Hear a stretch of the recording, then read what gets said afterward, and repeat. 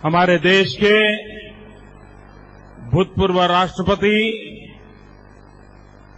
आदरणीय डॉक्टर अब्दुल कलाम जी, मंत्रिपरिषद के मेरे सभी साथी और गुजरात के कोने कोने से आए हुए सभी नौजवान दोस्तों,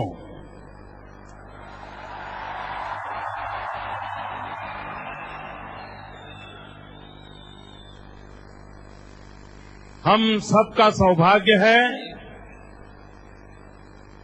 कि हमें आज स्वामी विवेकानंद जी को स्मरण करने का अवसर मिला है। 150 साल पूर्व समाज व्यवस्था कैसी रही होगी, सैकड़ों वर्षों की गुलामी के बीच इस देश का जनमन कितना निराशा की बुरी अवस्था में डूबा हुआ होगा। दूर दूर तक कोई आशा की किरण नहीं नजर आ रही थी। ऐसे समय बंगाल की धरती पर एक नरेंद्र का जन्म होता है। आज 150 साल उस घटना को पूरे हो रहे हैं। सिर्फ 40 साल का जीवन काल, आप कल्पना कर सकते हैं, सिर्फ 40 साल का जीवन काल, और उतने समय में भी आज 150 साल के बाद भी हर नौजवान को वो आत्मा प्रेरणा दे रही है। वो व्यक्तित्व कैसा होगा, कैसा सामर्थ्य होगा उनके भीतर। आज भी हिंदुस्तान का कोई भी नौजवान कितना ही मॉडर्न क्यों न हो, जींस की पतलून पहनता हो,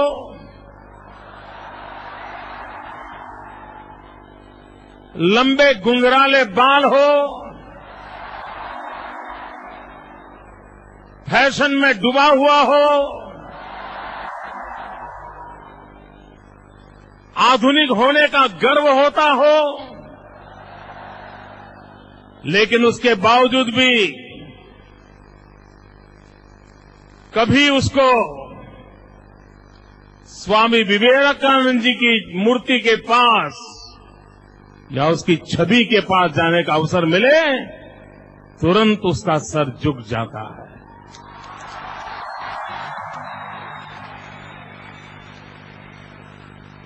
यही इस देश की सही शक्ति है, यही तो इस देश की ताकत है। और हम 150 साल के इस अवसर को, उस भक्ति को, उस शक्ति को राष्ट्र कल्याण के लिए प्रेरित करना चाहते हैं। सरकार ये कार्यक्रम क्यों मनाना चाहती है? हम विवेकानंद जी के 150 साल क्यों मनाने जा रहे हैं? भाइयों बहनों, स्वामी विवेकानंद जी हम लोगों के लिए कुछ काम छोड़ के गए हैं, कुछ कर्तव्य हमारे जिम्मे छोड़ करके गए हैं।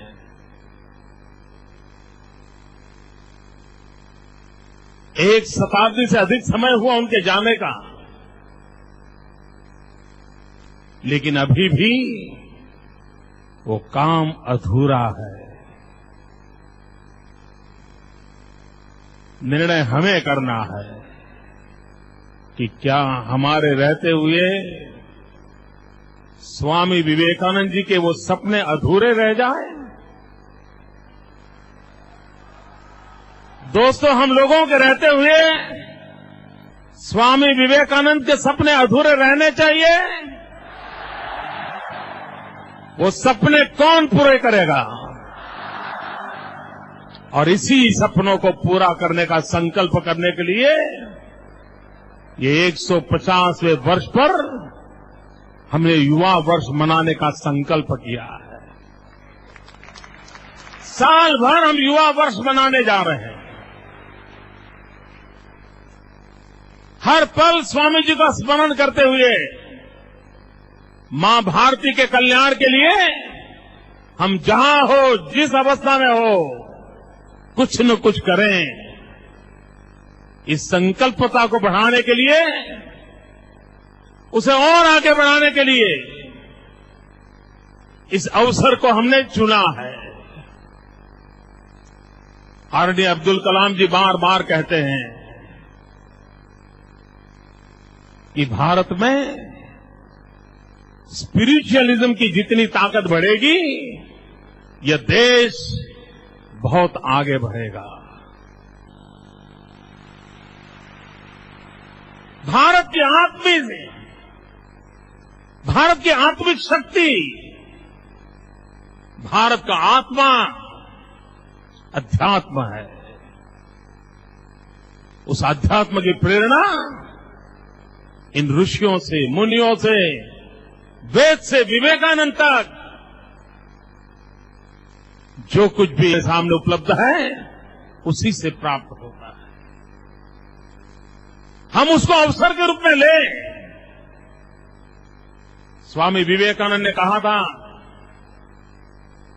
जब लोग निराशा में डूबे थे, अंधविश्वास था, अस्पृश्यता, जातिवाद, इसका जहर फैला हुआ था, राजे रजवाड़े मार काट में लगे हुए थे,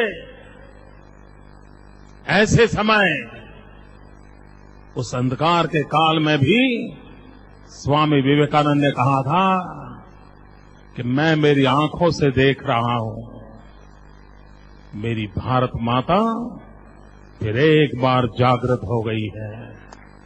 मैं अपनी आंखों से देख रहा हूं कि मेरी भारत माता फिर एक बार जगत गुरु के स्थान पर विराजित होने वाली है।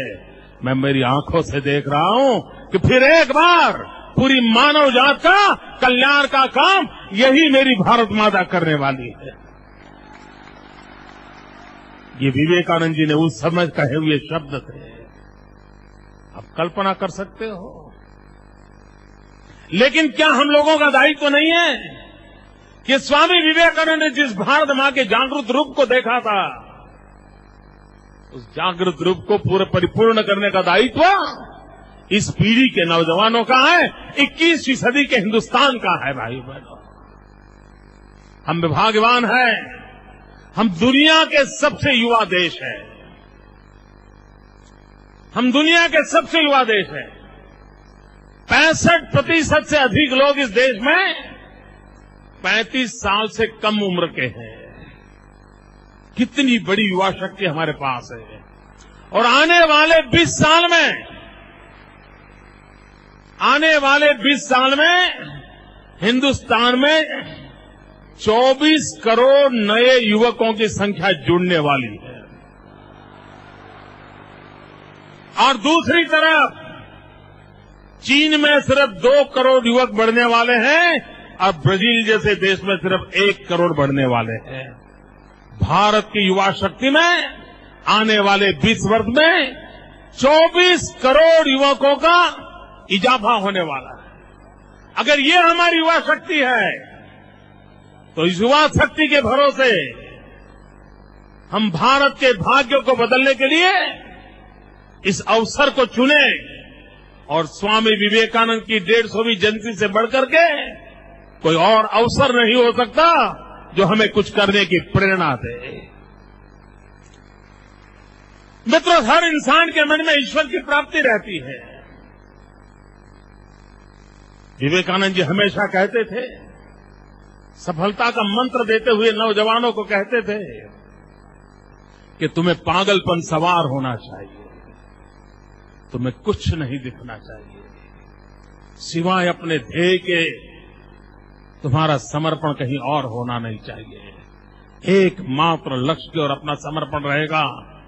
अगर तुम्हारा फोकस ठीक रहेगा और उसके पीछे जी जान से जुड़ जाओगे तो जीवन में तुम भी सफल हो सकते हो। ये विवेकानंद जी कहा करते थे। भाइयों बहनों, हम भी क्या अपने सपनों को पूरा करने के लिए उन महापुरुषों के शब्दों पर विश्वास करके अपने जीवन को अपने लक्ष्य की पूर्ति के लिए आहूत नहीं कर सकते?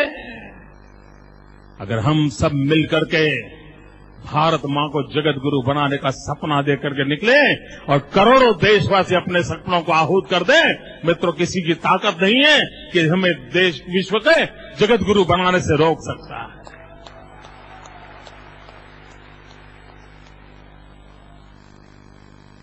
मित्रों, छोटी छोटी चीजों में फंसे हुए लोग दुनिया में कुछ नहीं कर सकते। बहुत ही ऊंचे लक्ष्य रख करके चलने वाले लोग ही दुनिया में कुछ करके जाते हैं, दुनिया में बदल करके ला करके रहते हैं और दुनिया में परिवर्तन अपनी आंखों के सामने देख सकते हैं। और स्फूर्ति का प्रयास अगर हम करें, स्वामी विवेकानंद जी ने अपना पूरा जीवन समाज सुधार में लगाया था। एक नौजवान जिसके मन में इच्छा जगती है ईश्वर की प्राप्ति की, परमात्मा के दर्शन के लिए, जो मिले जहां मिले हर किसी को नरेंद्र पूछता रहता है, क्या आपने ईश्वर को देखा है? कोई भी संत मिले, महात्मा मिले, आंख से आंख मिलाकर के नरेंद्र पूछता रहता था, क्या आपने मुझे जैसे देखते हो वैसे ईश्वर को देखा है? और अगर देखा है तो क्या आप मुझे ईश्वर दिखा सकते हो?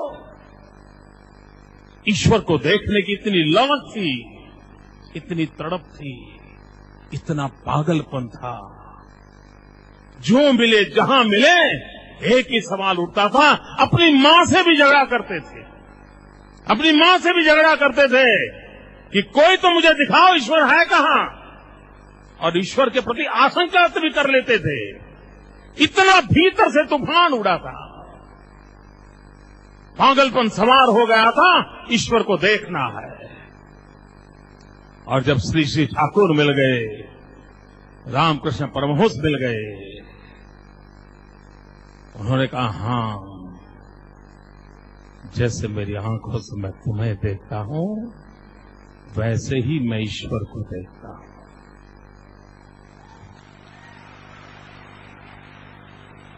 और चटाक से विवेकानंद के आशंकित मन ने कह दिया, तुम जो कहते हो बाबा ठीक है, क्या मुझे दिखा सकते हो ठाकुर? विवेकानंद ने सवाल पूछ लिया और श्री श्री ठाकुर रामकृष्ण परमहंस देव जी ने जी हां बोले, मैं तुम्हें दिखा सकता हूं। मां काली को मैं तुम्हारे सामने वैसे ही दिखा सकता हूं। मित्रों, सब प्रकार की तड़प थी, सालों तक की तड़प थी, नौकरी छोड़ी, मां छोड़ी, सब कुछ छोड़ करके वे इस काम के लिए निकल पड़े थे। लेकिन जब मौका आया, ईश्वर प्राप्ति का अवसर मिल गया, काली के दर्शन हो गए, काली से बात करने का सौभाग्य प्राप्त हो गया, और उस पल ये भारत का भाग्य देखिए, जिस परमात्मा को पाने के लिए सब कुछ छोड़ा था, उस परमात्मा को भी छोड़ दिया। ये बहुत कम लोग सोच सकते मित्रों। उन्होंने कहा, ठीक है, हो गए दर्शन, अब मैं राष्ट्र के लिए कुछ अपने आप को लगा दूंगा, मेरी उपासना कहीं और है। मित्रों, हिंदुस्तान के अंदर धर्म का इतना महात्मा होने के बाद भी 1902 में स्वामी विवेकानंद जी ने कहा था, जीवन का अंतकाल था, और अंतकाल में कहा था कि मेरे देशवासियों, आप बहुत सारे भगवानों की पूजा करते हो, ईश्वर के पीछे आप पागल हो, सुबह शाम आरती धूप माला जपते रहते हो, समय की मांग है। देखिए, जो इंसान अपनी जवानी भगवान को पाने के लिए पागल की तरह खपा चुका था, 1902-3 के कालखंड में जीवन के अंत काल में पहुंचते समय दुनिया को कहता है, हिंदुस्तान को कहता है कि तुम्हारे जो भगवान हैं, तुम जो ईश्वर के पीछे पागल बैठे हो, इन सारे के सारे भगवान को पानी में डुबो दो। आप कल्पना कर सकते हो, जिस व्यक्ति ने घर छोड़ा था ईश्वर को पाने के लिए, वो संसार छोड़ने से पहले कहता है कि तुम अपने सारे ईश्वरों को पानी में डुबो दो। और समय की मांग है, एक माता आराध्य देव हो तुम्हारा, एक ही तुम्हारी माता हो, एक ही तुम्हारा ईश्वर हो, एक ही तुम्हारी शक्तिपीठ हो, और वो हो मां भारती।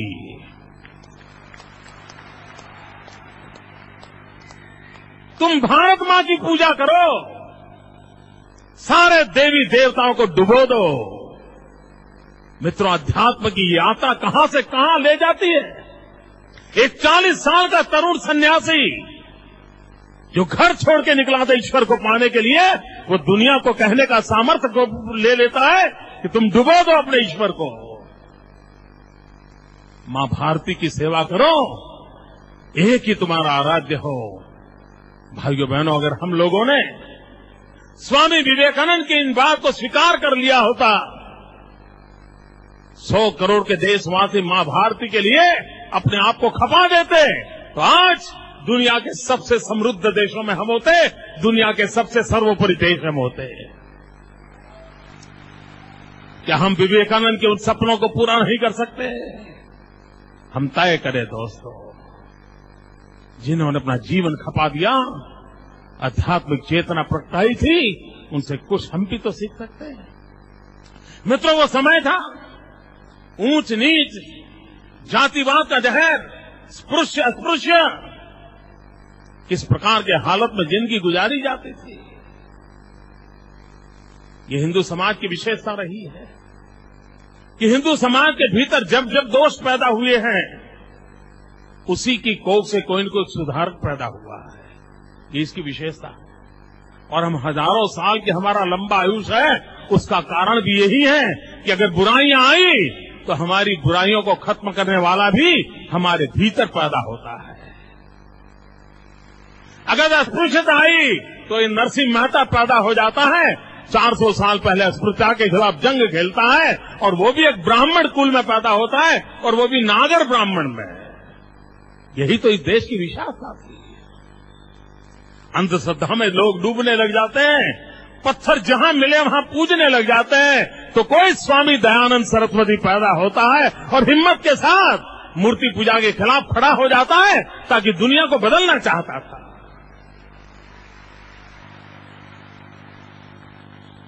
ये कितना बड़ा सामर्थ्य था। स्वामी विवेकानंद ने समाज के उस प्रवाह के खिलाफ आवाज उठाई, अस्पृश्यता के खिलाफ जंग छेड़ दिया, हिंदू समाज की कटु आलोचना की, जाति व्यवस्था के आगे हिंदू समाज जिस प्रकार से टूटता फूटता जा रहा था, उसके प्रति अपना रोष व्यक्त किया। और विवेकानंद ने तो यहां तक कह दिया, इतना उत्तम विरासत के हम धनी, इतनी महान सांस्कृतिक विरासत हमारे पास है कि हम कहां जाके खड़े हैं। हमने हमारे रिलीजन को, हमारी परंपराओं को, हमारे आध्यात्मिक जीवन को किचन में बंद कर दिया है। कब क्या खाना, इसी में हम लगे पड़े हैं। एकादशी को क्या खाना और पूर्णिमा को नहीं खाना, ये हमने हमारे आध्यात्मिक विरासत को हमने ही अपने चोट पहुंचाई है। मित्रों, ये कहने का सामर्थ्य स्वामी विवेकानंद ने था। वे रिफॉर्मिस्ट थे, ये परिवर्तन के पक्षकार रहे हैं। जब वो भारत भ्रमण के लिए चले, सोमनाथ की धरती पर आए थे। कन्याकुमारी दुनिया के सामने जानी बुझी बात है, क्योंकि वहां एक स्मारक बना है, लेकिन बहुत कम लोगों को पता होगा कि विवेकानंद जी को आध्यात्मिक चेतना की अनुभूति सोमनाथ के समुद्र किनारे पर पहले हुई थी। वो भारत भ्रमण करने के लिए निकले, पूरे हिंदुस्तान में सभी राज्यों में उन्होंने दौरा किया, लेकिन सबसे ज्यादा समय वो गुजरात में रहे थे। सबसे ज्यादा समय स्वामी विवेकानंद गुजरात में रहे थे। वे क्रांति दृष्टा थे। जब अजमेर में गए थे, श्याम जी कृष्ण वर्मा को उन्होंने वहां बुलाया था। श्याम जी कृष्ण वर्मा, जिसने इंडिया हाउस बना करके अंग्रेजों के खिलाफ सशस्त्र युद्ध की तैयारी की थी, उसको स्वामी विवेकानंद जी ने बुलाया था। जब भावनगर के पास सीहोर में आए थे, तो नाना साहब के साथ स्वामी विवेकानंद जी की मीटिंग हुई थी और आजादी के आंदोलन को क्या रूप देना चाहिए, ये उन्होंने सीहोर के अंदर नाना साहब पेशवा के साथ चर्चाएं की थी। वे नडियाद आए थे। मणिशंकर नभुभाई द्विवेदी उस समय के बहुत बड़े विद्वान थे। उनके साथ उन्होंने वेदांत की चर्चा की थी। वो पोरबंदर गए, रुके वहां, और उस समय के प्रसिद्ध शास्त्रज्ञ भट्ट जी थे, उनके पास उन्होंने शास्त्र सीखने का प्रयास किया था। गुजरात के साथ विवेकानंद जी का एक विशेष नाता रहा था। हमारी मिट्टी पवित्र हुई है। यहां जो प्रदर्शन लगी है, आप उस प्रदर्शन में जाओगे तो देखोगे कि गुजरात में विवेकानंद जी ने कहां कहां भ्रमण किया था और कब कब किया था। आपके रोंगटे खड़े हो जाएंगे कि हम इस मिट्टी के अंदर हम भी पले बड़े हैं। हमारा ये सौभाग्य है जहां पर स्वामी विवेकानंद जी चरण रच पड़े थे, और ये हमारे जीवन का भाग्य होता है।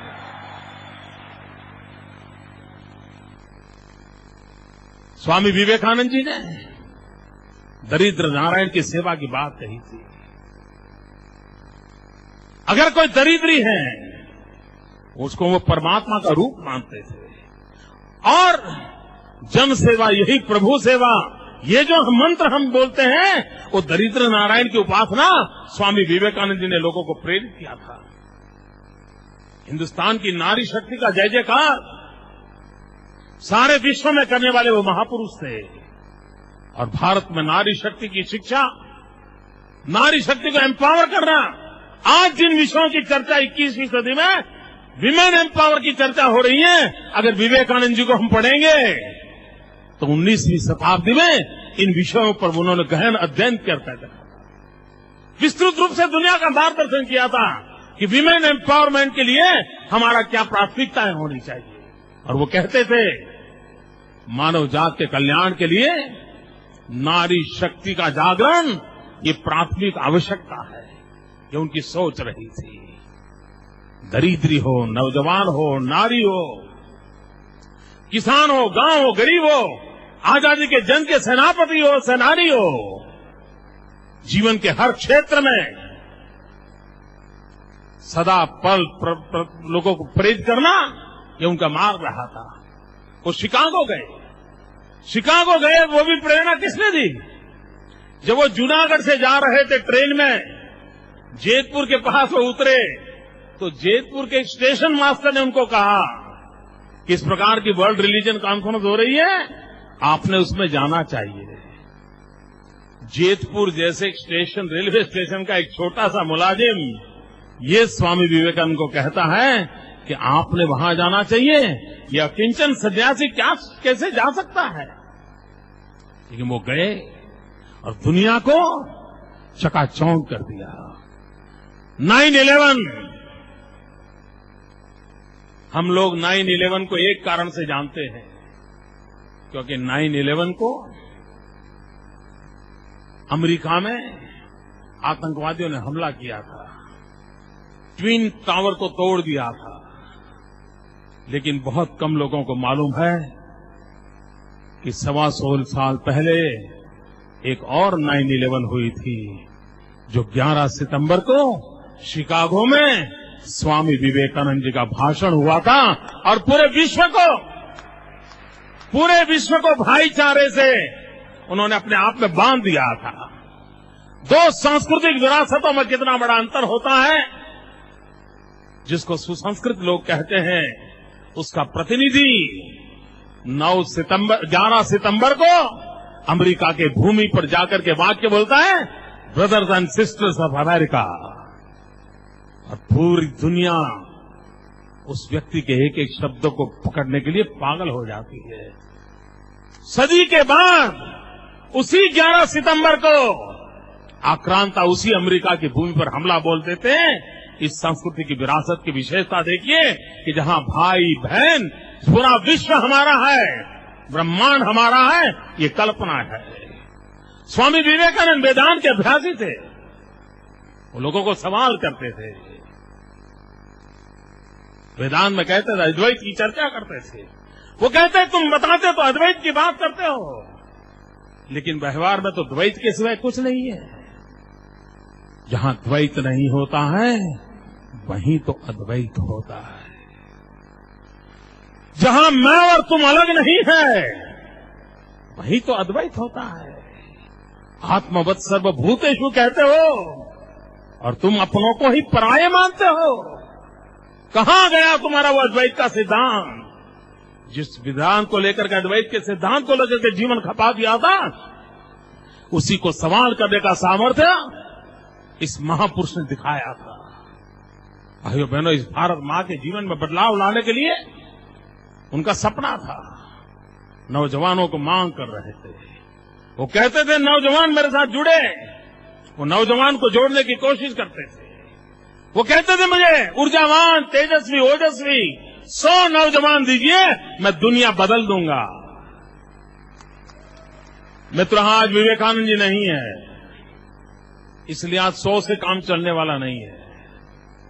और इसलिए हम करोड़ों नौजवान देशवासी अगर संकल्प करें तो हम स्वामी विवेकानंद के सपनों को पूरा कर सकते हैं। उनकी आशा आकांक्षाओं के लिए हम खरे उतर सकते हैं। समय की मांग है, हम अपने आप को तैयार करें। भाई बहनों, गुजरात सरकार ने इसे युवा वर्ष के रूप में बनाना तय किया है। अनेक विविध कार्यक्रम होने वाले, निबंध स्पर्धा, वक्तृत्व स्पर्धाएं होने वाली हैं, अनेक समारोह होने वाले हैं, युवा चेतना शिविरें होने वाली हैं। साल भर भारत की इस महान आध्यात्मिक विरासत को विश्व को परिचित कराने का प्रयास हम इसी अवसर के माध्यम से करने वाले हैं। हम इंटरनेट का भी उपयोग करते हुए, सोशल मीडिया का उपयोग करते हुए स्वामी विवेकानंद जी को दुनिया में पहुंचाने की कोशिश करने वाले हैं। हम सब मिलकर के इस काम को कर सकते हैं और हम इस दिशा में प्रयास करने वाले हैं। लेकिन जब हम युवा वर्ष मना रहे हैं तो हमारा स्पेशल फोकस है कौशल्य, स्किल।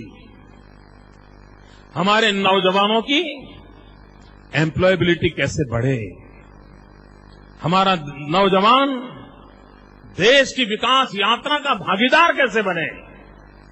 उपदेशों से काम चलने वाला नहीं है और इसलिए स्किल डेवलपमेंट को हम प्राथमिकता देकर के पूरे राज्य में विवेकानंद स्किल डेवलपमेंट सेंटर्स खड़े करने वाले हैं और हर नौजवान को कोई न कोई हुनर सीखने को मिले।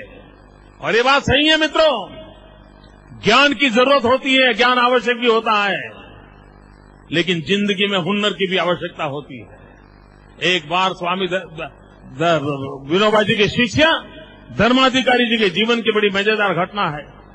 धर्माधिकारी जी से मिलने के लिए एक नौजवान आया, नौकरी की तलाश में था। वो धर्माधिकारी जी को मिलता था, मिला, वो कह रहा है कि मुझे कोई रोजी रोटी का प्रबंध कर दीजिए। उन्होंने कहा भाई क्या आता है तुम्हें? वो कहता है मैं ग्रेजुएट हूं। धर्माधिकारी जी ने पूछा भाई ग्रेजुएट हो लेकिन तुम्हें आता क्या है? नहीं, बोले मैं ग्रेजुएट हूं। हाँ भाई तुम ग्रेजुएट हो, तुम्हें टाइपिंग आता है क्या? वो कहता है मैं ग्रेजुएट हूं। अरे भाई तुम ग्रेजुएट हो, तुम्हें खाना पकाना आता है क्या? अरे बोले मैं ग्रेजुएट हूं। वो हर बार अपना सर्टिफिकेट दिखाता रहता था और धर्माधिकारी जी पूछते थे कि तुम्हें कुछ आता भी है क्या?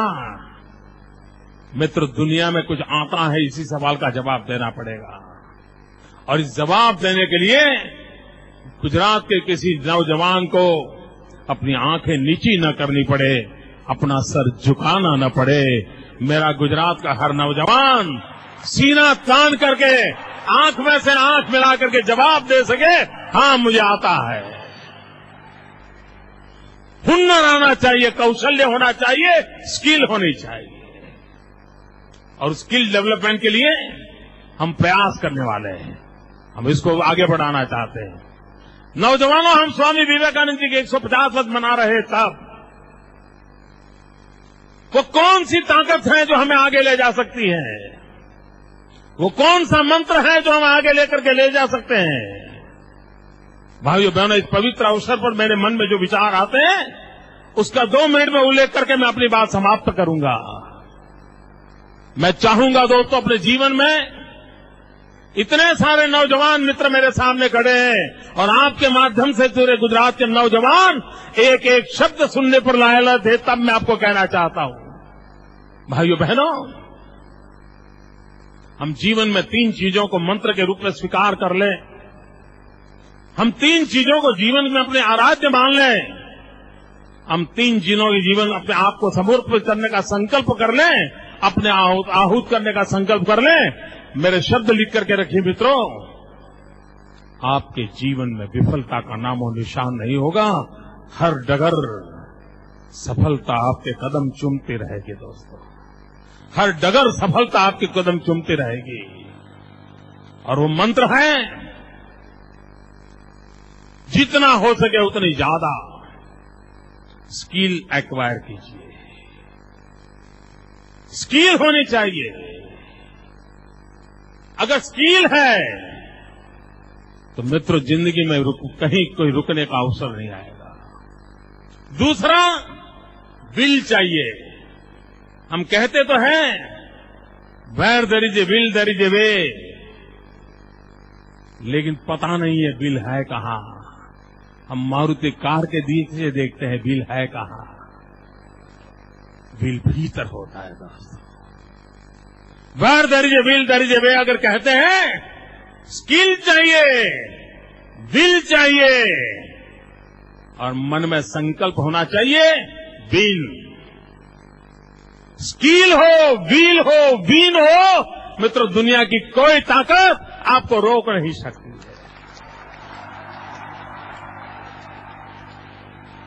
एक विजिगिसु मेंटालिटी चाहिए, एक कॉन्करिंग मेंटालिटी चाहिए। और ये सारी लड़ाई मन की होती है। अगर आपके मन में वज्र जैसा सामर्थ्य है, दुनिया की कोई ताकत आपको झुका नहीं सकती है दोस्तों। मैं आपके सामने जिंदा खड़ा हूं। संकट आते हैं, तूफान आते हैं, जाते हैं दोस्तों, और इसलिए आवश्यकता होती है विजिगिसु कॉन्करिंग मेंटालिटी की। और इसलिए आप यहां से जाएं तो मंत्र लेके जाएं, स्किल, विल एंड विन। बहुत बहुत शुभकामनाएं दोस्तों।